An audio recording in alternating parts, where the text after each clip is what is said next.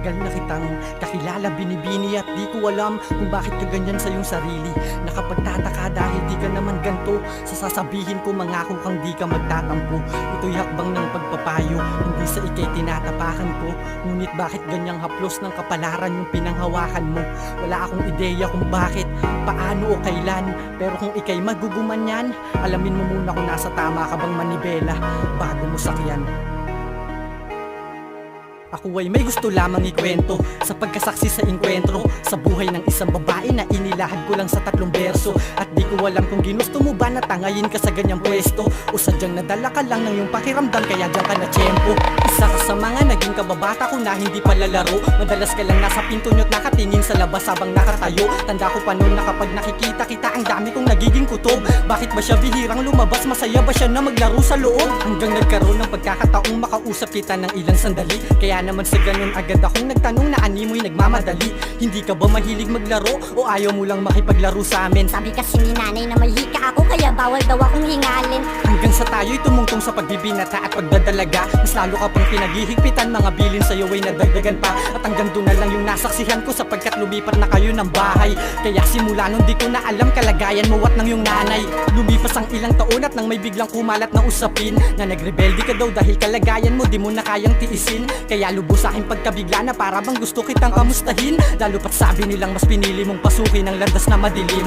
Nagkamali ka ng pinasok sa inakala mo na tamang susi. Yang tinatayo mo na bakod, la namang dulot sa'yo na mabuti. Hanggang saan pa nga ba aabot yung mga ginagawa mong pakiki sa lamuhang maaring magdulot ng hindi maganda sa iyong sarili. Sa ngayon, kamusta ka na ba iha? Ako'y may natanggap na balitang ikay ganap ng isang dalagita na uhaw sa kakaibang kalinga. Mainit pakiramdam at madalas basa ang pagitan ng dalawang hita. Kaya naman, sinong di matatakam sa hinain mo na mamantika? Nung una ay hindi ako naniwala sapagkat kilala kita. Tila napakalabo naman ata't ikay mahinhin simula dati pa. Hanggang sa hindi ko man lang inakala na tama lahat ng sinabi nila. Yung hindi makabasag pinggan na bata, basag na ngayon sa iba. Pero bakit ang mga kaganapan ngayon ay kabaliktaran na ng dati? Kung ano pa yung hindi inaasahan yun pa nakatakdang mangyari. Yung babae na bawal hingali noon sumuway na't nagbakasakali.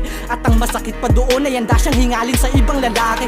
Hindi ka man lang ba kinukutuban o ang sarili di binubulungan sa pinasok mong yan ay ikaw din naman ang siya nagmimistulang nilulusutan. Yung dating babae na nasa loob ng bahay mo lang masisilayan, ang kinalabasan ay tawag ng laman na may iba ding makikinabang. Sa isang lugar gusto mo ikaw at siya lang yung maingay sa gilid. Kaya malimit ka na mapilit ng mga tropa mo sa mga gimmick. Sanay sa liblib na tahimik dahil doon ka na din nahilig. Gusto mo'y kayo lang dalawa pero ramdam mo na mainit yung paligid. Nagkamali ka ng pinasok sa inakala mo na tamang susi. Yung tinatayo mo na bakod, la namang dulot sa'yo na mabuti. Hanggang kailan mo ba itatago ganyang klaseng pasabog na papuri? Na tila ba ikay nagpapasapot pero takot na takot magpahuli. Sa halip na umpisahan mong tigilan eh bakit parang lumala pa?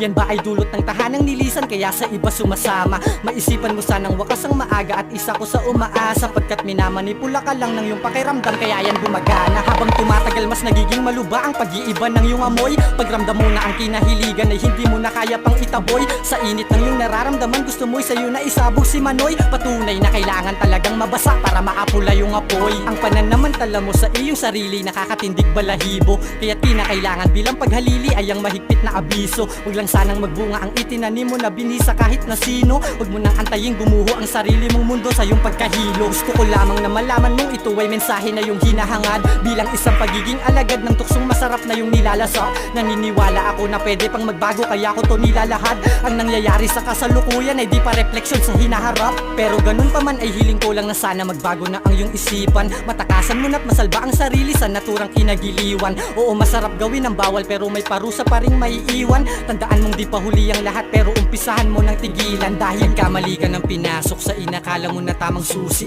Yung tinatayo mo na bakod, la namang dulot sa'yo na mabuti. Hanggang kailan mo ba itatago ganyang klaseng pasabog na papuri? Na tila ba ikay nagpapasapot pero takot na takot magpahuli.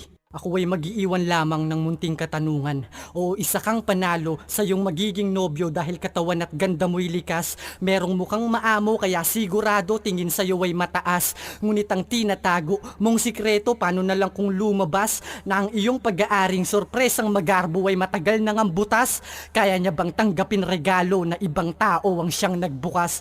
Kaya takasan mo na.